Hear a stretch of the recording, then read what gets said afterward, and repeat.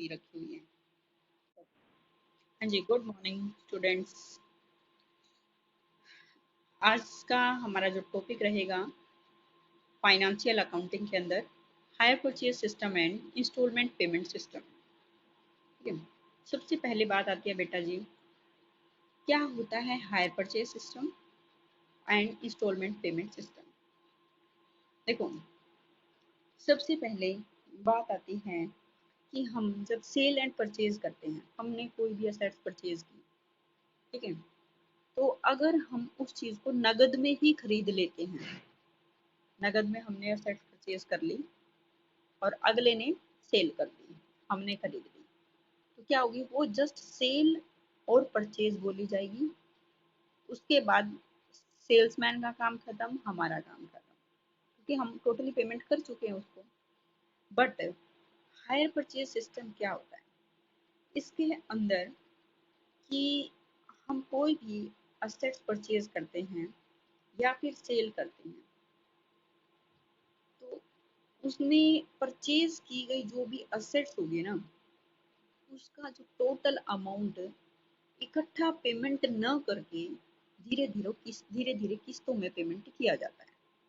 जैसे एग्जांपल ले लेते हैं, मान लीजिएगा आप घर में कोई भी बड़ी चीज खरीदते हैं, आपने फ्रिज खरीदना है, ठीक है, या आपने एसी खरीदना है, या आपने गाड़ी खरीदनी है। आपने ऑलमोस्ट सुना होगा कि हम किस्तों पे लेकर के आए हैं, सुना है। तो किस्तों पे लेकर के आए हैं, इसका मतलब कहने का क्या है कि हमने मतलब असेट्स है, मान लो गाड़ी ली है, वो है 20 लाख रुपए की गाड़ी है, हमारे पास इतनी अमाउंट इकट्ठे अवेलेबल नहीं है कि हम 20 लाख रुपए पेमेंट करें, या हम नहीं चाहते कि हम किसी को 20 लाख रुपए इकट्ठा पेमेंट करें और परचेज करें। हम ये चाहते हैं, ऑलमोस्ट बिजनेस पर्सन ये करते हैं कि उनके पास अमाउंट पैसा होता है, पर वो 20 लाख रुपए एक जगह दे करके कोई ऐसा एक चीज परचेज करते हैं, तो उसकी बजाय वो 20 लाख रुपए में कई चीजें परचेज कर लेते हैं और कुछ डाउन पेमेंट करके, जैसे मान ली गाड़ी 20 लाख की है, उसमें से 5 या 7 लाख रुपए इकट्ठा पेमेंट कर दिया, ठीक है, जिस टाइम खरीदी है। बाकी जितने पैसे बच गए, 13 लाख बच गए, मान लीजिएगा 5 लाख रुपए इकट्ठे दे दिए, बच गए कितने, 15 लाख रुपए। तो 15 लाख की वो किस्त बनवा लेते हैं, ठीक है। तो किस्तों में वो भुगतान करते हैं, वो टर्म्स डिपेंड करता है कि वो 5 साल की किस्त बनवाते हैं, 7 साल की, 10 साल की, 12 साल की। जितना लंबा टाइम होगा उतनी ही हमारी किस्त थोड़ी छोटी हो जाएगी, जितना कम टाइम होगा उतनी थोड़ी किस्त बड़ी हो जाएगी, उसके अकॉर्डिंग रेट ऑफ इंटरेस्ट लग जाएगा। समझाई बात। तो क्या होता है हायर परचेज सिस्टम के अंदर कि जो भी एसेट्स परचेज की जाती है, उसका पूरा भुगतान नगद में न करके हम किस्तों में करते हैं, ठीक है। तो जो सेलर और परचेजर होता है, ये दोनों के आपसे समझौते के ऊपर डिपेंड करता है, ठीक है, कि वो कितनी किस्त, मैंने अभी अभी बताया कि वो दोनों के ऊपर डिपेंड करेगा कि कितने साल की किस्त बनेगी, ठीक है, और कितने महीनों की बनवाएंगे और कितनी अमाउंट की बनवाएंगे, जो कि उनके जो परचेजर के लिए अफोर्डेबल होगा, उसके अकॉर्डिंग वो उसकी किस्त बनवा लेगा, ठीक है। इसलिए कहते हैं प्रत्येक किस्त कितनी राशि की होगी और किस्तें कितने कितने समय बाद दी जाएंगी।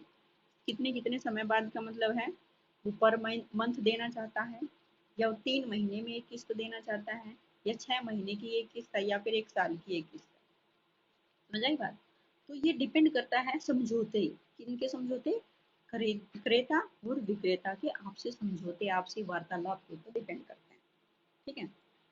समझौते के अनुसार ये किस्तें मासिक होंगी, त्रैमासिक भी हो सकती है, 6 माही भी हो सकती हैं और वार्षिक भी हो सकती हैं।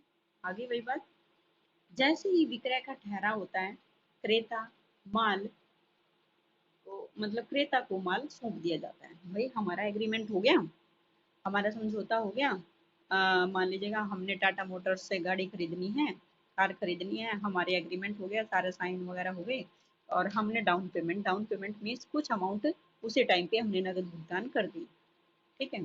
तो उसके बाद जैसे ही सब कुछ ये टर्म्स कंडीशन साइन हो जाती हैं, फिर जो सेलर है वो परचेजर को गाड़ी सौंप देता है, ठीक है।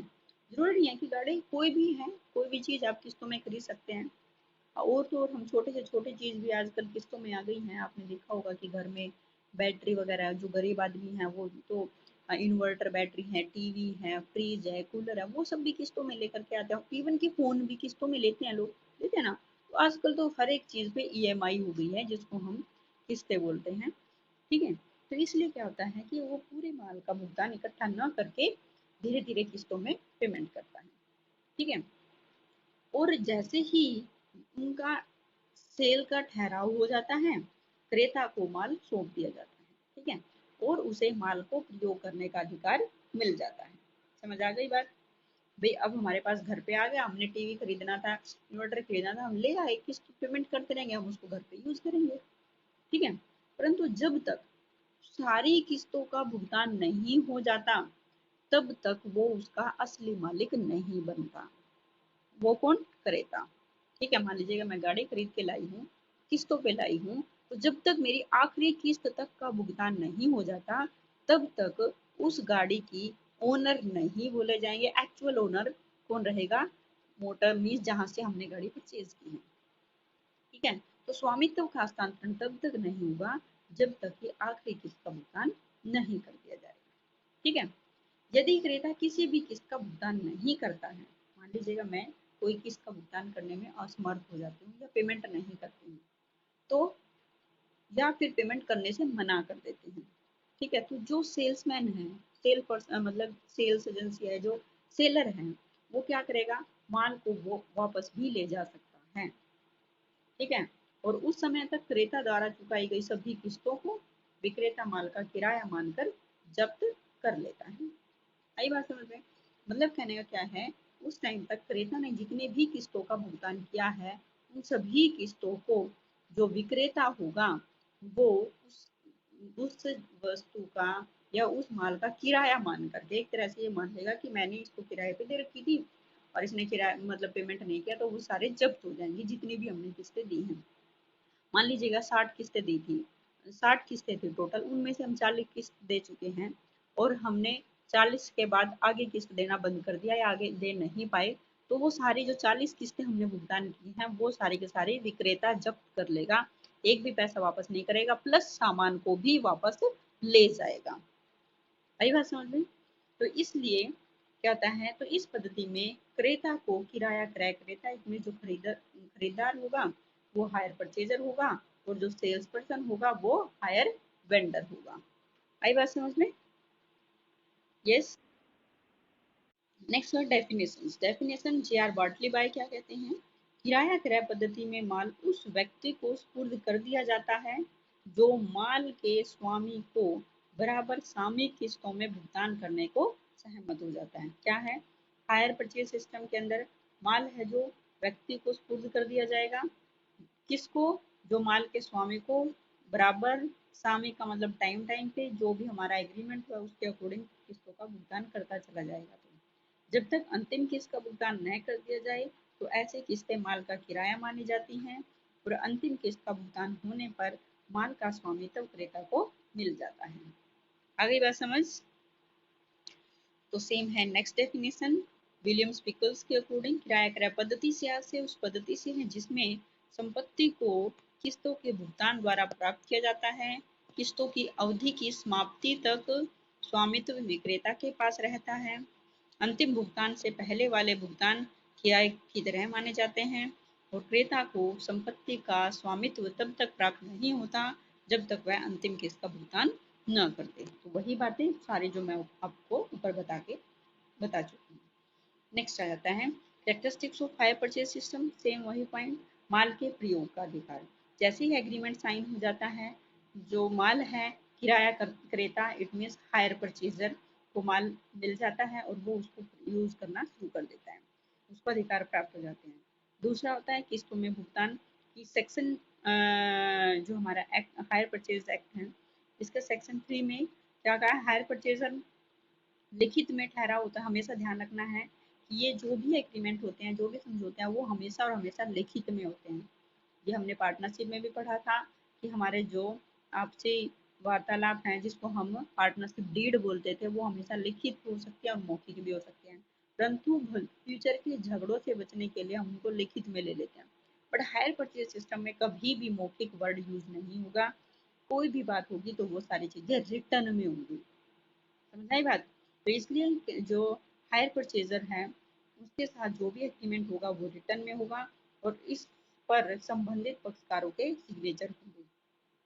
इस ठहराव में क्या होगा, माल का किराया क्रय, नगद मूल्य, ठहराव आरंभ होने की तिथि, मतलब कहने का क्या है कि माल का एक्चुअल प्राइस क्या है, हमारा एग्रीमेंट कब स्टार्ट होगा, कितने टाइम की होगी, कितनी अमाउंट की होगी, और कितनी किस्तें देनी होंगी, सारी चीजें हमारे एग्रीमेंट में लिखी होती हैं। ठीक है।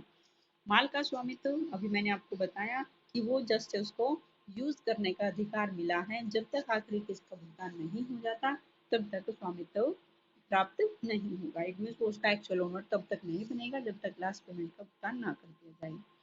नेक्स्ट है किराया क्रेता को कटौती के अंतर्गत माल क्रय करने का अधिकार।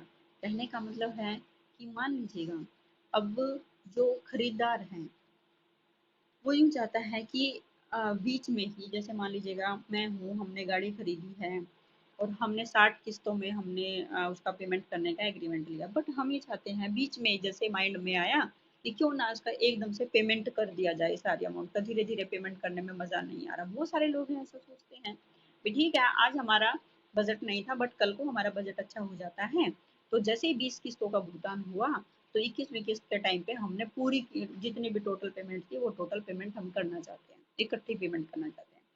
तो क्या रहेगा, जब हम टाइम से पहले किसी को कोई अमाउंट पेमेंट करते हैं तो उसके बदले में क्या होगा, हमें छूट मिलेगी। ठीक है। तो इसलिए कहते हैं किराया क्रेता को कटौती के अंतर्गत माल क्रय करने का अधिकार। अधिनियम किराया क्रेता को ये अधिकार देता है कि माल के स्वामी को 14 दिन का नोटिस देकर किराया क्रय पर लिए गए माल का वास्तविक क्रय कर सकता है। इसमें इस बात ये होगी कि हमने पहले नेक्स्ट पार्टी मीन सेलर को हायर, जो वेंडर है, वेंडर मीन्स विक्रेता है, उसको हमने पहले 14 दिन पहले नोटिस देना पड़ेगा कि हम अमाउंट इकट्ठा पेमेंट करना चाहते हैं। तो ऐसे टाइम पे किराया क्रेता को छूट प्राप्त करने का अधिकार है। ठीक है। वो छूट क्या होगी, रिबेट स्टैंड फॉर छूट, कैसे, 2/3 ऑफ इसका total hire purchase charges. Total charges कितने थे, multiply number of instalments not yet due, अभी तक ड्यू भी नहीं हुई, टोटल 60 किस्तें थी, 20 दे चुके हैं, 40 तो अभी ड्यू भी नहीं हुई, तो मल्टीप्लाई 40। ठीक है। Divided by total number of instalments, total number of instalment 60। समझ आई बात है? तो इस टाइप से हम छूट निकालेंगे। ठीक है। तो जितना अमाउंट अभी पेंडिंग थी उसमें से छूट मिल जाएगी, तो बाकी अमाउंट का पेमेंट कर देंगे। ठीक है। तो किराया क्रेता को किस्तों की शेष राशि में से छूट घटाकर शेष राशि चुकानी होगी। जस्ट लाइक एग्जांपल दे रखे हैं, हायर परचेज प्राइस था 72,000, कैश प्राइस 54,000। अब देखो अगर हम कोई चीज किस्तों में लेंगे तो ऑब्वियस सी बात है कि अगली पार्टी में सेलर जो होगा वो उसमें हमें ब्याज जोड़ करके तब अमाउंट बताएगा, उसके बाद किस्तें बनेंगी। इट मीन्स हर एक किस्त के अंदर ब्याज इंक्लूड होगा। ठीक है। क्योंकि अब जो कोई भी चीज है, जैसे एग्जांपल दे रखा है कि भाई पैसे अगर हम उसको नगद में खरीदते तो हमें 54,000 रुपये में मिलती, बट अगर हमने उसको हायर परचेज पे किस्तों में खरीदा है तो वही चीज 72,000 रुपये की पड़ेगी हमें। तो इसका मतलब 20 का डिफरेंस कितना, 18,000 रुपये जो हुआ है वो 18,000 क्या है, ब्याज है। क्लियर? तो नंबर ऑफ इंस्टॉलमेंट्स टोटल थी 12, इट मीन एक साल में पेमेंट करने हैं। Instalments paid by the hire purchaser, hire purchaser ने इंस्टॉलमेंट 8 पेमेंट कर दिए, इट मीन 4 तो रहती हैं। क्वेश्चन में क्या कहता है, rebate is equal to 2/3 multiply total hire purchase charges, hire purchase charges कितने हैं, 72,000 हैं। ठीक है ना, 72,000 चार्जेस, यहाँ पे वो चार्जेस जो अभी तक पेमेंट करने रहते हैं। तो 72,000 माइनस 54,000, तो कितना बच गया, hire purchase charges 18,000, multiply number of instalments not yet due, वो इंस्टॉलमेंट्स जो हमने अभी तक नहीं दी हैं, कितनी इंस्टॉलमेंट्स नहीं दी, 4 नहीं दी, तो divided by total number of instalments 12। देखो क्वेश्चन रखे हैं कि 2/3 18,000 multiply number 4 divide by 12 that is 4,000। It means हमने 18,000 रुपये देने रहते थे, उसमें से 4,000 रुपये की कितने पेमेंट करने रहते थे, देखेंगे कि 4 इंस्टॉलमेंट्स ड्यू थी। एक इंस्टॉलमेंट कितने की बनती है, पहले देखो, higher purchase charges, hire purchase price minus cash price. तो हायर परचेज होगा 18,000। अमाउंट ऑफ ईच इंस्टॉलमेंट, क्योंकि उन्होंने 72,000 रुपये में दिए हैं, 12 इंस्टॉलमेंट है तो एक इंस्टॉलमेंट 6,000 रुपये की रहेगी। तो 6,000 मल्टीप्लाई कितनी इंस्टॉलमेंट्स देनी रहती हैं, 4। तो टोटल हमने देने थे 24,000। 24,000 में से 4,000 हमें छूट मिल गई, तो रह गए हमारे पास 20,000। तो हम अब जहाँ तो हमें 24 देने पड़ते हैं, आज हम 4 आज पेमेंट कर रहे हैं, तो 4,000 रुपये की छूट मिल करके हमें 20,000 रुपये ही पेमेंट करने पड़ेंगे। आया समझ बेटा?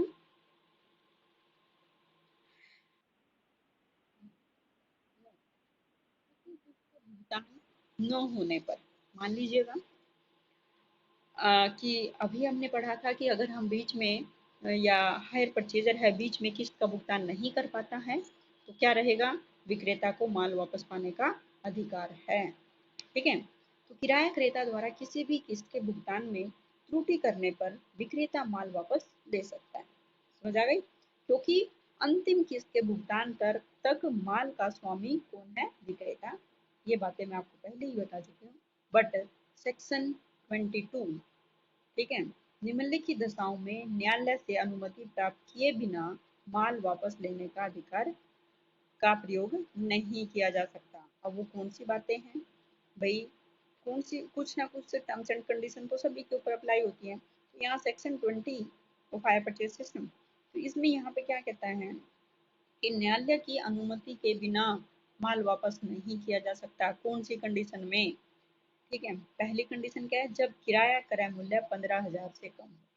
मान लीजिएगा हायर परचेज प्राइस 15,000 रुपये से कम है, मतलब मान लो छोटी मोटी चीज ही होती हैं जैसे घरों की, ठीक है, वो 15,000 रुपये से कम वैल्यू की है, तो उस केस में और आधे मूल्य का भुगतान पहले ही किया जा चुका हो, मान लो 15,000 रुपये की थी टोटल हायर परचेज प्राइस, उसका 15,000 था, और उसमें से आधे मूल्य 7,500 रुपये तक का पेमेंट किया जा चुका है, तो 7,500 रुपये ही देने रहते हैं। तो वेंडर के ऊपर रिस्ट्रिक्शन है कि वो माल वापस नहीं ले सकता, वो सिर्फ बकाया अमाउंट के लिए ही क्लेम कर सकता है। ठीक है, दूसरा, जबकि किराया क्रय मूल्य 15,000 रुपये से अधिक हो तो, और इनका 3/4 भुगतान किया जा चुका हो। अगर 15,000 से ज़्यादा वैल्यू का है और उसमें हमने देखना है कि 15,000 से वैल्यू जितनी भी, मान लीजिएगा 50,000 रुपये का है, ठीक है, या वो 1,00,000 रुपए का, उसका तो हम 3/4 पोर्शन निकालेंगे। 3/4 पोर्शन का मतलब क्या हो गया, एक तरह से 75% हम पेमेंट कर चुके हैं। तो 75% पेमेंट कर चुके हैं, तो उस केस में भी हायर वेंडर को अब माल वापस लेने का अधिकार नहीं है। ठीक है, नेक्स्ट होता है किराया क्रेता को वापसी। कैसे कि विक्रेता माल वापस लेने पर भी वह प्राप्त हो चुकी किस्तों को वापस करने के लिए बाध्य नहीं होता, क्योंकि वह किस्तें प्रयोग किए गए माल का किराया मान ली जाती हैं और प्राप्त की गई किस्तें तथा वापस लिए गए माल के वर्तमान मूल्य का जोड़ माल के किराया क्रय मूल्य से अधिक पाया जाता है। तो ऐसी अधिक राशि किराया क्रेता को वापस करनी होगी। समझ आया पॉइंट? मतलब कहने का क्या है कि एक्चुअल में हम कितनी किस्तें दे चुके हैं और वापस लिए गए माल के वर्तमान मूल्य, जो माल वापस लिया जाएगा उसका मार्केट प्राइस देखा जाएगा।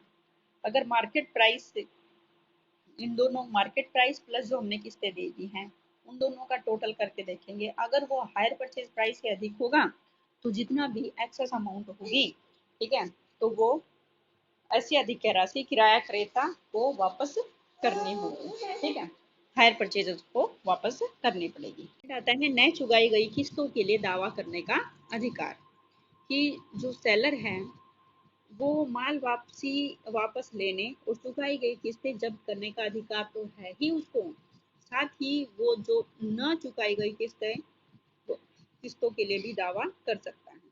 ठीक है, अभी जैसे मैंने ऊपर वाले पॉइंट में फिफ्थ का फर्स्ट पॉइंट पढ़ा हमने, कि उसमें लिखा कि अगर 15,000 रुपये से अमाउंट कम है, ठीक है, और आधे पेमेंट कर चुका है, तो माल वापस नहीं लेगा। माल वापस नहीं लेगा तो मीन्स बाकी जो किस्तें हैं बच जाएंगी, उनको वापस लेने का उसको अधिकार, उसको भी वसूल करने का उसको अधिकार है। ठीक है, किसको, वेंडर को। क्लियर? नेक्स्ट है माल को अच्छी हालत में रखने का क्रेता का दायित्व। अब ऐसा नहीं है कि हमने मान लीजिएगा कोई चीज़ खरीद ली है और हायर परचेज पे, और हमें यूँ पता है कि अगर हम किस्तें भुगतान नहीं करेंगे तो वो वापस ले जाएगा, और हमारा पहले से ही टारगेटेड था कि कुछ टाइम के लिए हम इसको ले लेते हैं और बाद में हम इसको वो ले जाएं तो ले जाएं। नो, इस कंडीशन में एक शर्त होती है क्रेता के ऊपर कि वो माल को अच्छी कंडीशन में रखेगा, उसकी सही देखभाल करेगा। ठीक है, तो माल की अगर कोई भी हानि होती है तो विक्रेता उसको, मतलब वैसे तो अगर जब तक लास्ट पेमेंट नहीं होता तो वो माल की कोई भी स्थिति विक्रेता द्वारा ही सहन की जाएगी, क्योंकि वही माल का स्वामी होता है, तो जोखिम स्वामी का ही होता है। ठीक है, बट फिर भी किराया क्रेता को एक साधारण बुद्धि वाले मनुष्य की तरह वस्तु की उचित देखभाल करनी होगी। समझाई बात? नेक्स्ट, माल बेचने तथा गिरवी रखने का अधिकार न होना। मीन्स किराया क्रेता की स्थिति में जो बेली होता है, मतलब कहने का क्या होता है, माल बेचने और गिरवी रखने का अधिकार न होना, मतलब यहाँ पे क्योंकि हायर परचेज सिस्टम पे हमने गुड्स को खरीदा है, जब तक लास्ट किस्त का पेमेंट नहीं हो जाता तब तक क्रेता को उस वस्तु को किसी अन्य व्यक्ति को बेचने का अधिकार नहीं है, क्योंकि हम बार बार पढ़ रहे हैं कि उसका अंतिम किस्त तक माल का स्वामी कौन है? हायर वेंडर है। ठीक है ना, विक्रेता है ना कि क्रेता। इसलिए अंतिम किस्त के भुगतान से पहले वो ना तो माल को बेच सकता है और ना ही गिरवी रख सकता है। क्लियर? यस, समझ आए बेटा? हाँ, नेक्स्ट पॉइंट आता है फिर difference between the higher purchase system and credit sale. अब हायर परचेज सिस्टम और हम उधार सेल जो खरीद करते हैं उन दोनों में क्या डिफरेंस है? फर्स्ट है, इस पर किराया क्रय अधिनियम 1972 के एक्ट अप्लाई होता है, it means higher purchase system 1972, और उधार सेल में 1930 वस्तु विक्रय अधिनियम सेल्स ऑफ गुड्स एक्ट 1930। ठीक है, नेचर ऑफ कॉन्ट्रैक्ट, यह केवल विक्रय का ठहराव होता है, विक्रय का अनुबंध नहीं, it means agreement of sale होता है, कॉन्ट्रैक्ट ऑफ सेल नहीं। दूसरी साइड जो सेल है ये कॉन्ट्रैक्ट ऑफ सेल होती है। ठीक है, स्वामित्व का हस्तांतरण, इसमें माल के स्वामित्व का हस्तांतरण अंतिम किस्त चुकाने के बाद ही होता है। ऑब्वियसली बात आप ये पढ़ चुके हैं कि लास्ट किस्त तक कोई स्वामित्व नहीं, लास्ट किस्त तक स्वामी विक्रेता ही रहेगा। और यहाँ पर है जैसे ही सेल उधार विक्रय करते हैं हम, तो जैसे ही वस्तु ट्रांसफर होती है स्वामित्व भी ट्रांसफर हो जाता है। ठीक है, मूल्य भुगतान की विधि, इसमें मूल्य का भुगतान पूर्ण निश्चित किस्तों में किया जाता है। पूर्ण निश्चित मीन्स पहले से ही डिसाइडेड हो जाती हैं किस्तें कि कितने किस्तों में पेमेंट करना है। इसमें माल का भुगतान इकट्ठा भी किया जा सकता है, भाई उधार में आज को लिया, कल को भाई 10 दिन की उधार है, 10 दिन के बाद वो इकट्ठा भी पेमेंट किया जा सकता है। ठीक है, परंतु आजकल समझौते से भुगतान अन्य प्रकार से किया जा सकता है। और माल वापस लेने का अधिकार किस वही है कि अंतिम किस्त न मिलने तक पर विक्रेता माल को वापस ले सकता है और वो आदत या फिर बकाया किस्तों के लिए दावा भी कर सकता है। और क्रेडिट सेल में क्या रहेगा, विक्रेता माल वापस नहीं कर सकता, वो सिर्फ आदत मूल्य में जो अनपेड वैल्यू है उसको पेमेंट करने के लिए ही दावा कर सकता है। माल की स्थिति का दायित्व जब तक वही है, अभी पढ़ा था हमने कि किराया क्रेता एक सामान्य बुद्धि वाले मनुष्य की तरह माल की उचित देखभाल करेगा और वह माल की क्षति के लिए उत्तरदायी नहीं होगा। इधर क्या होगा, अगर कॉन्ट्रैक्ट पर हस्ताक्षर करते टाइम माल का स्वामी वो उसी टाइम बन जाता है, और जोखिम किसका होगा, क्रेता का ही होगा। माल की स्थिति किसकी होगी, वो क्रेता की ही होगी। माल को विक्रय करने और गिरवी रखने का अधिकार, वही बात है कि जब तक अंतिम किस्त का भुगतान नहीं हो जाता तब तक माल को गिरवी रखने या बेचने का अधिकार क्रेता का, इधर हायर वेंडर का नहीं होता, किराया क्रेता का नहीं होता। जबकि क्रेडिट सेल में ऐसा अनुबंध नहीं है, वो क्या होता है कि माल को गिरवी भी रख सकता है और माल को आगे फर्दर बेच भी सकता है। अनुबंध की समाप्ति, किराया क्रेता को ठहराव समाप्त करने का अधिकार होता है। कैसे, या तो वो बीच में ही टोटल अमाउंट पेमेंट कर दे या फिर लास्ट किस्त का भुगतान, ऐसी दशा में वह माल को वापस कर देगा और उसे शेष किस्तें चुकानी नहीं पड़ेंगी। और इस टाइम में क्रेडिट सेल के टाइप पे क्रेता अनुबंध को समाप्त नहीं कर सकता, वह मूल्य चुकाने के लिए बाध्य होता है। ठीक है, यहाँ तक करेंगे आज हम।